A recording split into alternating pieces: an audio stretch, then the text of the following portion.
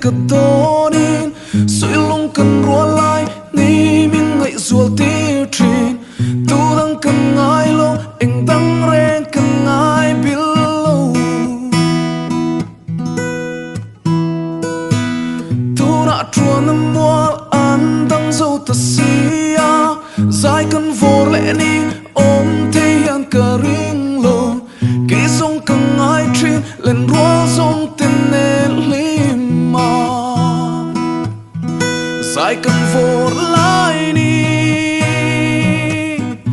qua đây chẳng mà sẽ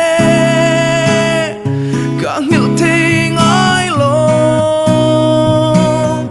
dám lên tin lại ru cả sai cần vô lại ni qua đây chẳng mà sẽ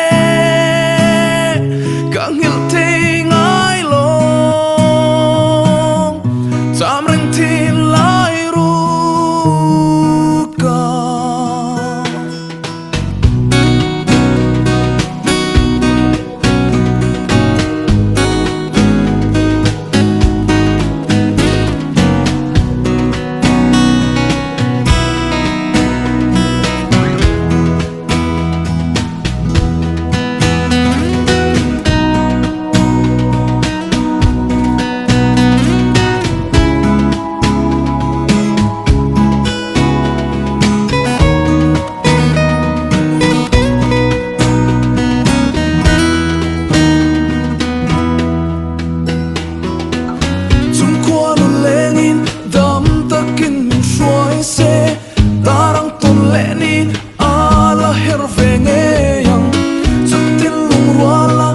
sai cần vô lệ thế nào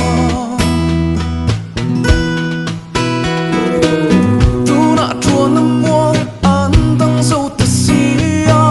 sai cần vô lệ ni khen thôi sẽ cần ngạc liều kỹ sông cần ai chi lên rùa sông tên nè linh mà sai cần vô lại ni qua đây chẳng